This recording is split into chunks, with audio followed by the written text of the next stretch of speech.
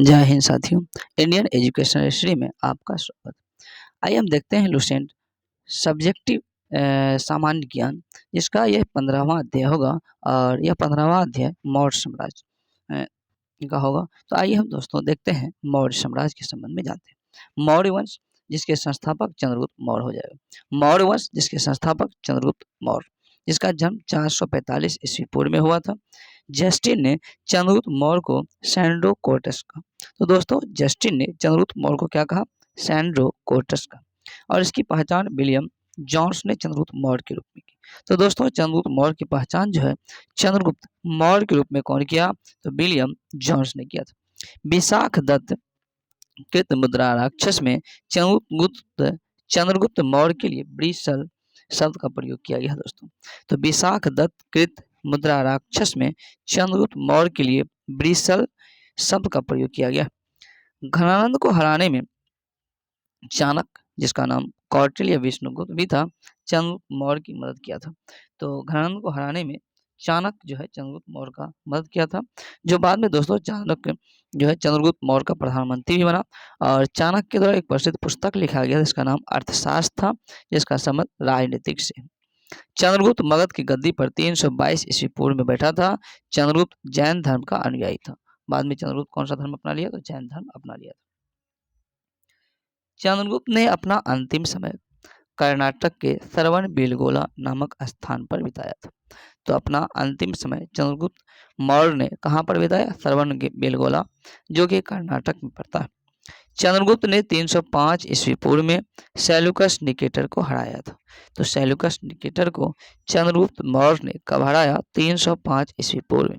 Seleucus Nicator ने अपनी पुत्री कार्नेलिया की शादी चंद्रगुप्त मौर्य के साथ कर दिया। तो कार्नेलिया की शादी चंद्रगुप्त मौर्य से किया और युद्ध के संधि शर्त के अनुसार 4 प्रांत काबुल, कंधार, हेरात और मकरान चंद्रगुप्त को दे दिया। चंद्रगुप्त मौर्य ने जैनी एक गुरु था भद्रबाहु, इससे इन्होंने जैन धर्म की दीक्षा लिया। तो दोस्तों चंद्रगुप्त मौर्य ने जैन धर्म की दीक्षा किससे लिया? तो भद्रबाहु से।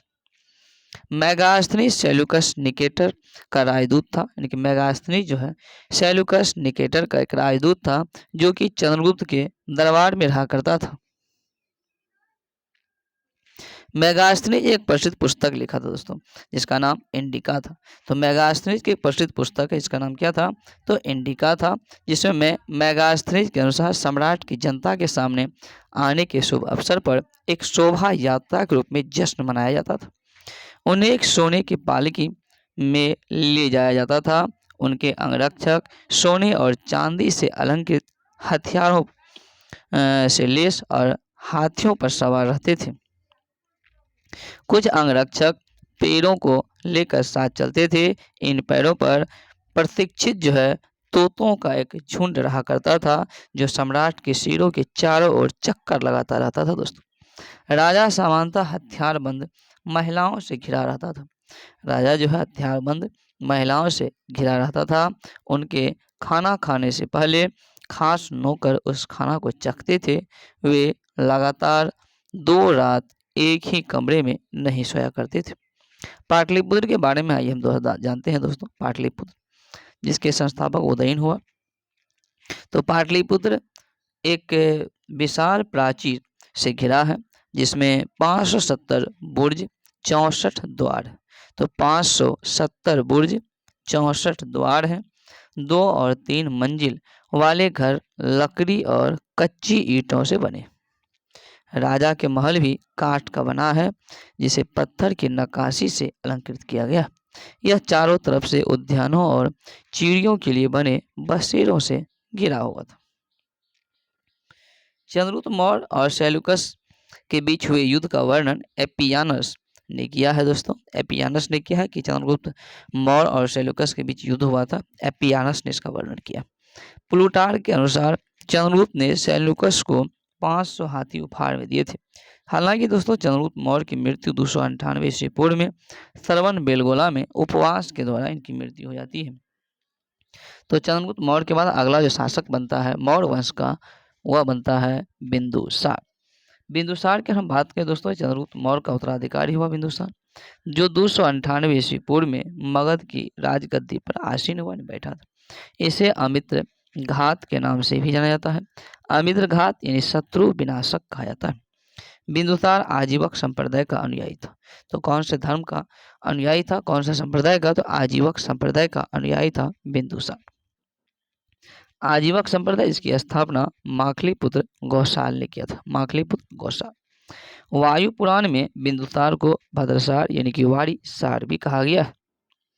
एस्ट्रेबो के अनुसार सीरिया नरेश एंटीयोकस ने बिंदुसार के दरबार में हाइमेकस नामक राजदूत भेजा था। इसे ही मेगास्थनीज का उत्तराधिकारी भी माना जाता है। जैन धर्म में बिंदुसार को सिंहसेन कहा गया। तो जैन धर्म में बिंदुसार को क्या कहा गया है? सिंहसेन। बिंदुसार के शासनकाल में तक्षशिला, जो कि झेलम और सिंधु नदी के बीच था, तक्षशिला, यहाँ पर हुए 2 विद्रोहों का वर्णन है। 2 विद्रोह हुआ था। इस विद्रोह को दबाने के लिए बिंदुसार ने सबसे पहले सुसीम को भेजा और फिर बाद में अशोक को भेजा था।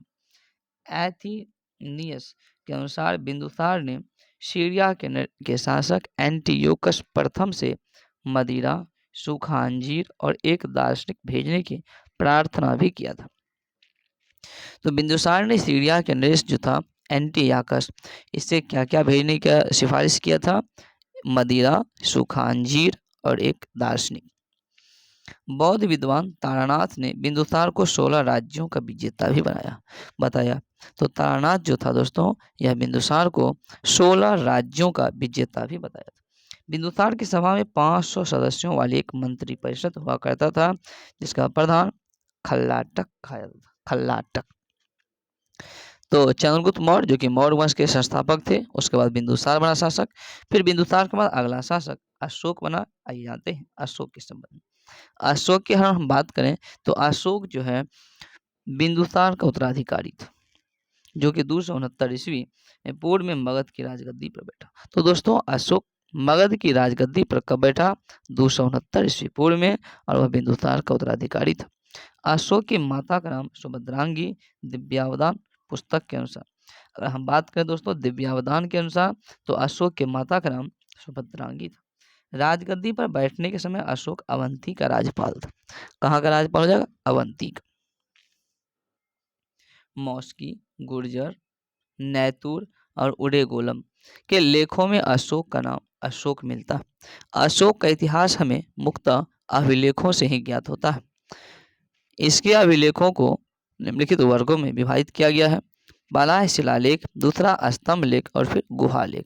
तो अशोक के जो अभिलेख है दोस्तों, शिलालेख, स्तंभ लेख, फिर गुहा लेख।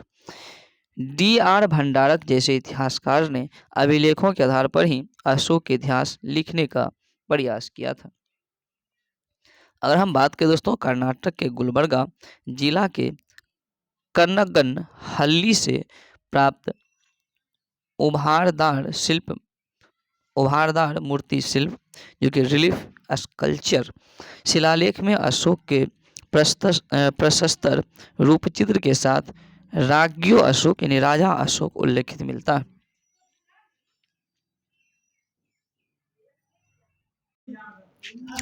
देखेंगे अशोक के प्रमुख शिलालेखों का स्थान और उससे संबंधित राज्य। तो शिलालेखों के स्थान और राज्य, सबसे पहले दोस्तों देखते हैं शाहबाजगरी। तो यह पेशावर पाकिस्तान से प्राप्त हुआ है। मानसेहरा हजारा पाकिस्तान से प्राप्त हुआ है। ये जो है अशोक के शिलालेख जहाँ से प्राप्त हुए हैं। हालांकि दोस्तों कालसी उत्तराखंड से प्राप्त हुआ, तो कालसी शिलालेख उत्तराखंड से। जबकि गिरनार प्राप्त हुआ, गिरनार से गुजरात से, धौली और जौतगढ़ जो है उड़ीसा से प्राप्त हुआ। एरगुडीन जो है राजरूल और मंडगिरी यह आंध्र प्रदेश से प्राप्त हुआ। सोपारा महाराष्ट्र से और रूपनाथ तथा गुर्जर मध्य प्रदेश से प्राप्त हुआ है दोस्तों। सासाराम से भी प्राप्त हुआ है, सासाराम से प्राप्त हुआ है बिहार से। और फिर भारभू वेराट जो कि राजस्थान से प्राप्त हुआ। मास्की, गोवीमठ और ब्रह्मगिरी, सिद्धिपुर, जटिक, रामेश्वर, कनगहल्ली ये सब कर्नाटक से प्राप्त हुआ है। और पालकी गुंडू ये सभी कर्नाटक से प्राप्त हुआ है। आरोड़ शिलालेख उत्तर प्रदेश से प्राप्त हुआ। तो ये सब मुख्य शिलालेख था दोस्तों, जो कि विभिन्न स्थानों से प्राप्त हुआ था। आइए हम देखते हैं दोस्तों भारभू शिलालेख। देखिए भारभू जो अभिलेख है, इसमें अशोक ने स्वयं को मगध का राजा बताया। तो कौन से अभिलेख में अशोक ने स्वयं को मगध का राजा बताया? तो भारभू अभिलेख। पुराणों में अशोक को अशोक वर्धन कहा गया। तो पुराण में अशोक को अशोक वर्धन। अशोक ने अपने अभिषेक के 8वें वर्ष बाद लगभग 261 ईस्वी पूर्व कलिंग पर आक्रमण किया था। तो अशोक ने कलिंग पर कब आक्रमण किया था? 261 ईस्वी पूर्व में, यानी कि अपने राज्याभिषेक के 8वें वर्ष। और कलिंग की जो राजधानी तोसली थी, कलिंग की राजधानी तोसली, इस पर अधिकार कर लिया, जिसकी चर्चा 13वें शिलालेख में की गई। तो अशोक का कलिंग आक्रमण 13वें शिलालेख में इसकी चर्चा किया गया। प्लिनी का एक कथन है कि प्लिनी के कथन है कि मिस्र के राजा फिलाडेल्फस जो कि टॉलमी द्वितीय ने पाटलिपुत्र में डियानिसियस नामक एक राजदूत भी भेजा था। आइए देखते हैं अशोक के प्रमुख शिलालेख और उसमें वर्णित कुछ विषय। जैसे कि पहला शिलालेख में है, इसमें पशु बलि की निंदा की गई। तो दोस्तों अशोक के पहला शिलालेख में पशु बलि की निंदा की गई। हालांकि दूसरा शिलालेख में मनुष्य और पशु दोनों की चिकित्सा व्यवस्था का उल्लेख किया गया। तीसरा शिलालेख में इसमें राजकीय अधिकारियों को यह आदेश दिया गया है कि वे हर 5वें वर्ष के उपरांत दौरे पर जाएं, और इसमें कुछ धार्मिक नियमों का भी उल्लेख। चौथा शिलालेख में भेरी घोष की जगह धमघोष की चर्चा की गई है। धमघोष की घोषणा चौथा। हालांकि दोस्तों पांचवा जो शिलालेख इसमें धर्म महामात्रों की नियुक्ति की जानकारी मिलती है। छठा शिलालेख इसमें आत्मनियंत्रण की शिक्षा दी गई है। सातवां और आठवां शिलालेख में अशोक के तीर्थ यात्राओं का उल्लेख है। नौवां में सच्ची भेंट और सच्चे शिष्टाचार का उल्लेख है। 10वां शिलालेख में अशोक ने आदेश दिया है कि वे राजा तथा उच्च अधिकारी हमेशा प्रजा के हित में सोचें। 11वां शिलालेख इसमें धर्म की व्याख्या की गई है। हालांकि 12वां शिलालेख में स्त्री महामात्र की नियुक्ति और सभी प्रकार के विचारों के सम्मान की बात कही गई है। 13वां शिलालेख में कलिंग युद्ध का वर्णन है। अशोक के हृदय परिवर्तन की बात भी 13वां शिलालेख में ही कहा गया है। इसी में 5 यवन राजाओं के नामों का उल्लेख है, जहां उसने धर्म का प्रचारक भेजे थे। 14वां शिलालेख में अशोक ने जनता को धार्मिक जीवन बिताने के लिए प्रेरित किया। तो अशोक ने जनता को धार्मिक जीवन बिताने के लिए प्रेरित किया है 14वां अभिलेख। उपगुप्त नामक बौद्ध भिक्षु ने अशोक को बौद्ध धर्म की दीक्षा दी। तो दोस्तों अशोक को बौद्ध धर्म की दीक्षा कौन दिया? उपगुप्त ने दिया। अशोक पहले ब्राह्मण धर्म का अनुयायी था। अशोक पहले कौन सा धर्म का अनुयायी था? ब्राह्मण धर्म का अनुयायी था अशोक। कलहन के राज तरंगनी से पता चलता है कि वह शैव धर्म का उपासक था। यानी कि अशोक जो है पहले शैव धर्म का उपासक था। निग्रोध जो है कि प्रवचन को सुनकर उन्होंने बौद्ध धर्म को अपनाया। तो दोस्तों कहने का अर्थ है कि अशोक जो है सबसे पहले शैव धर्म को मानता था। अशोक सबसे पहले शैव धर्म को, बाद में निग्रोध के जो प्रवचन सुन करके बौद्ध धर्म को अपनाया। और बौद्ध धर्म की दीक्षा किसने दिया? तो उपगुप्त नामक जो है बौद्ध भिक्षु ने अशोक को बौद्ध धर्म की दीक्षा दिया। अहरोरा लेख में यह घोषणा की गई है कि अशोक व्यक्तिगत रूप से बौद्ध धर्म के अनुयायी था। यानी कि अशोक जो है व्यक्तिगत रूप से बौद्ध धर्म को मानता था। अशोक का राजधर्म बौद्ध धर्म नहीं था। अशोक जो है एक उपासक के रूप में अपने राजभिषेक के 10वें वर्ष बौद्ध गया। 12वें वर्ष निगाली सागर की और 20वें वर्ष में लुम्बिनी की यात्रा किया था। अब है दोस्तों मौर्य प्रांत और उसकी राजधानी। तो उत्तरापंथ की राजधानी तक्षशिला। मौर्य वंश के समय में उत्तरापंथ की राजधानी तक्षशिला था। अवंती राष्ट्र की राजधानी उज्जैनी और कलिंग हो जाएगा की राजधानी तौसली हुआ करता था। दक्षिणापंथ का स्वर्णगिरी और पूर्वी प्रांत का पाटलिपुत्र। अशोक ने आजीविकों को रहने के लिए बराबर की पहाड़ियों में 4 गुफाओं का निर्माण किया। तो अशोक ने 4 गुफा का निर्माण किया। किसके लिए? तो आजीविकों के रहने के लिए, जिसका नाम कर्ज, चौपार, सुदामा तथा विश्व झोपड़ी था। अशोक के पौत्र दशरथ ने आजीविकों को नागार्जुन गुफा प्रदान की थी। अशोक के 7वें स्तंभ में आजीविकों का उल्लेख भी किया गया। तो अशोक के कौन से स्तंभ लेख में आजीविकों का उल्लेख किया गया? तो 7वां स्तंभ लेख में। तथा महामात्रों को आजीविकों के हित का ध्यान रखने के लिए भी कहा गया है। अशोक ने बौद्ध धर्म के प्रचार के लिए अपने पुत्र महेंद्र और पुत्री संघमित्रा, तो अशोक के पुत्र का नाम महेंद्र और पुत्री का नाम क्या था, संघमित्रा, जिन्हें अशोक ने बौद्ध धर्म के प्रचार के लिए श्रीलंका भेजा था। बौद्ध परंपरा और उनकी लिपियों के अनुसार अशोक ने 84,000 स्तूपों का निर्माण किया था दोस्तों। और अगर हम बात करें कुछ प्रमुख जैसे अर्थव्यवस्था में वर्णित जो है कुछ तीर्थ है, जैसे मंत्री प्रधानमंत्री को कहा जाता था। पुरोहित धर्म एवं दान विभाग का प्रधान हुआ करता था मौर्य वंश में। सेनापति की अगर हम बात करें तो सैन्य विभाग का प्रधान था दोस्तों। युवराज यानी कि राजपुत्र, राजा का जो पुत्र हुआ करता था उसे युवराज कहा जाता था। राजकीय जो है द्वार रक्षक को द्वारिक कहा जाता था और अंत वैदिक को अंतःपुर का अध्यक्ष इसे कहा जाता था। समाहर्ता की हम बात करें दोस्तों, समाहर्ता यह आय का संग्राहक था। सन्निधाता राजकीय कोषाध्यक्ष हुआ करता था। प्रशासता जो है कारागार का अध्यक्ष था और प्रादेशिक कमिश्नर हुआ करता था, प्रादेशिक। पौर जो है नगर के कोतवाल को कहा जाता था पौर। व्यावहारिक प्रमुख जो है न्यायाधीश था। नायक जो है नगर रक्षा का अध्यक्ष हुआ करता था, नायक। कर्मांतिक उद्योग और एवं कारखानों का अध्यक्ष होता था कर्मांतिक। मंत्रिपरिषद से अध्यक्ष कहा जाता था। दंडपाल जो है सेना का सामंत एकत्र करने वाला हुआ करता था।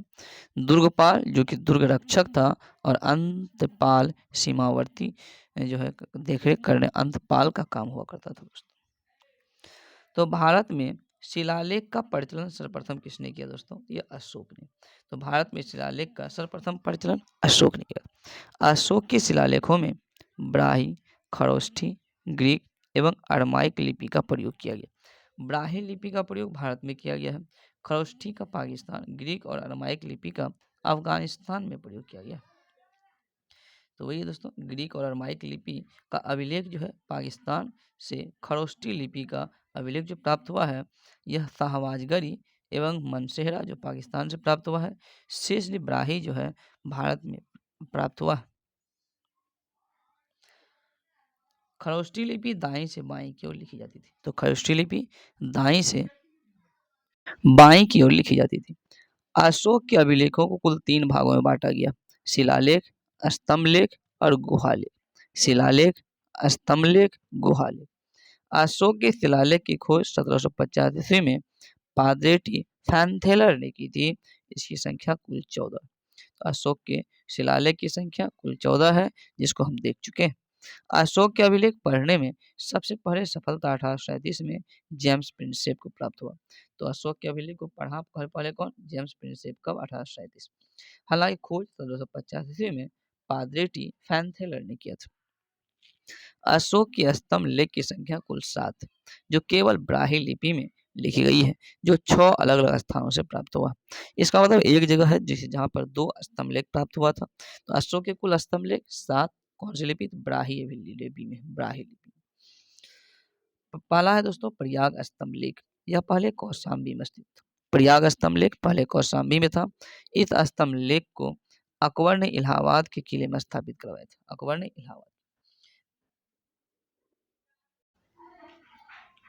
दूसरा है दिल्ली टोपरा, यह स्तंभ लेख फिरोज शाह तुगलक के द्वारा टोपरा से दिल्ली लाया गया। तीसरा दिल्ली मेरठ, यह पहले मेरठ में स्थित था। यह स्तंभ लेख जो है फिरोज शाह द्वारा दिल्ली में लाया गया था। तीसरा है दोस्तों रामपुरवा, यह स्तंभ लेख चंपारण बिहार में स्थापित था। इसकी खोज 1872 ईस्वी में कार्लायल ने किया था। उसके बाद लोरिया अरेराज है, चंपारण बिहार में है। लोरिया नंदनगढ़ जो छठा जो चंपारण बिहार में, इस स्तंभ पर मोर का चित्र भी बना हुआ है। तो मोर का चित्र लोरिया नंदनगढ़ स्तंभ लेख में बना गया। कौशाम्बी अभिलेख जिसे रानी का अभिलेख भी कहा गया। तो रानी का अभिलेख किसे, कौशाम्बी लेख को कहा गया। अशोक का 7वां अभिलेख सबसे लंबा, तो सबसे लंबा 7वां। अशोक का सबसे छोटा स्तंभ लेख रुमीदेई। तो अशोक का सबसे लंबा हो जाएगा 7वां, सबसे छोटा रुमीदेई। इसी में लुम्बिनी में धम यात्रा के दौरान अशोक द्वारा भू राजस्व की दर घटाकर 1/8 भाग कर दिया और लुम्बिनी ग्राम का धार्मिक कर बलि जो थे इसको माफ कर दिया था।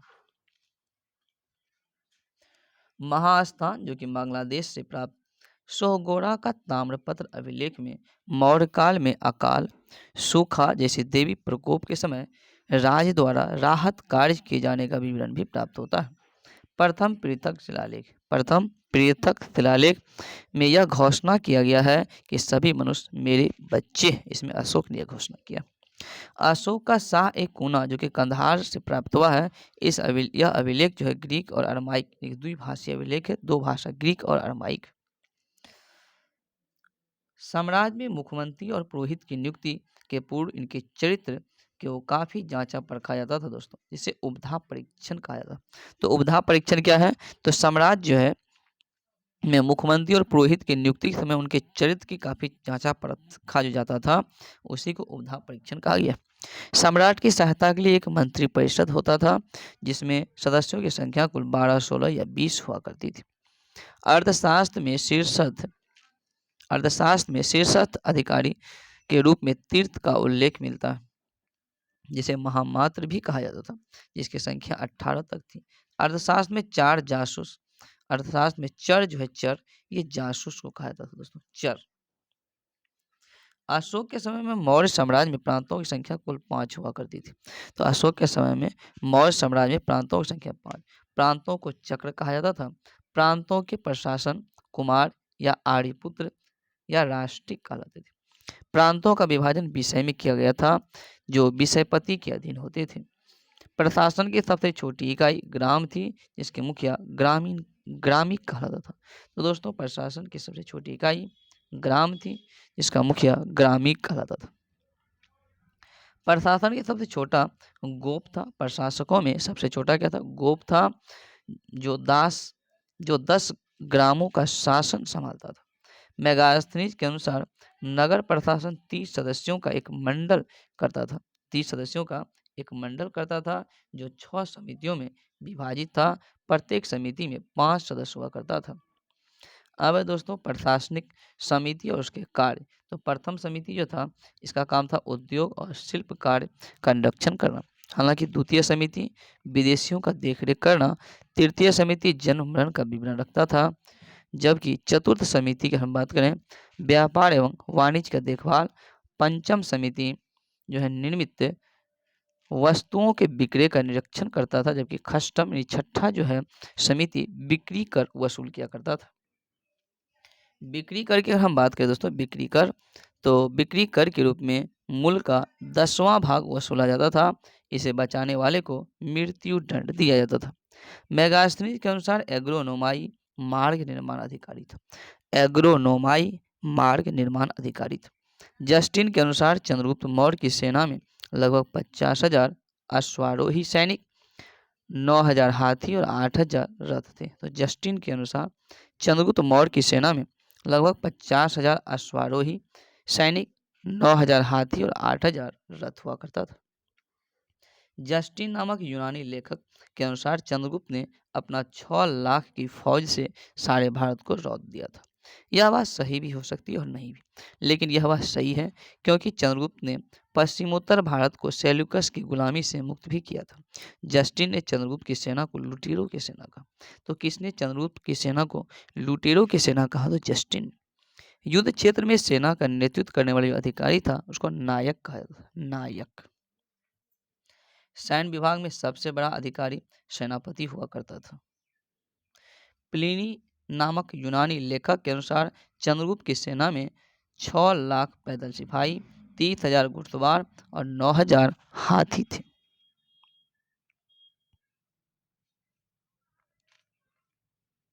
मेगास्थनीज के अनुसार मौर्य सेना के रखरखाव 5 सदस्यीय या 6 सदस्यीय समिति के द्वारा किया जाता था। मौर्य प्रशासन में गुप्तचर विभाग को महामात्र सर्पनाम आमात के अधीन था। अर्थशास्त्र में गुप्तचर को गूढ़ पुरुष कहा गया। अर्थशास्त्र में गुप्तचर को क्या कहा गया? गूढ़ पुरुष कहा गया है। तथा एक ही स्थान पर रहकर कार्य करने वाले गुप्तचर को संस्था कहा गया है। और एक स्थान से दूसरे स्थान तक भ्रमण करने वाले जो गुप्तचर था, संचार। यानी कि जो गुप्तचर्य काम घूम घूम कर करता था, भ्रमण करने वाले थे उसको संचार, और जो एक ही साथ रह करके एक ही स्थान पर रह करके गुप्तचर्य काम करता उसको गूढ़ पुरुष, इनके संस्था कहा गया, सॉरी संस्था, और गुप्तचर को गूढ़ पुरुष कहा गया। अब कोई सैन्य समिति और उसके कार्य, तो प्रथम जो सैन्य समिति था उसका जल सेना की व्यवस्था करना था, द्वितीय था यातायात और रसद व्यवस्था, तृतीय था पैदल सैनिकों की देखरेख करना, चौथा समिति था अश्वारोहियों की सेना की देखरेख करना, हालांकि पंचम समिति था गज सेना की देखरेख और खष्टम रथ सेना का देखरेख।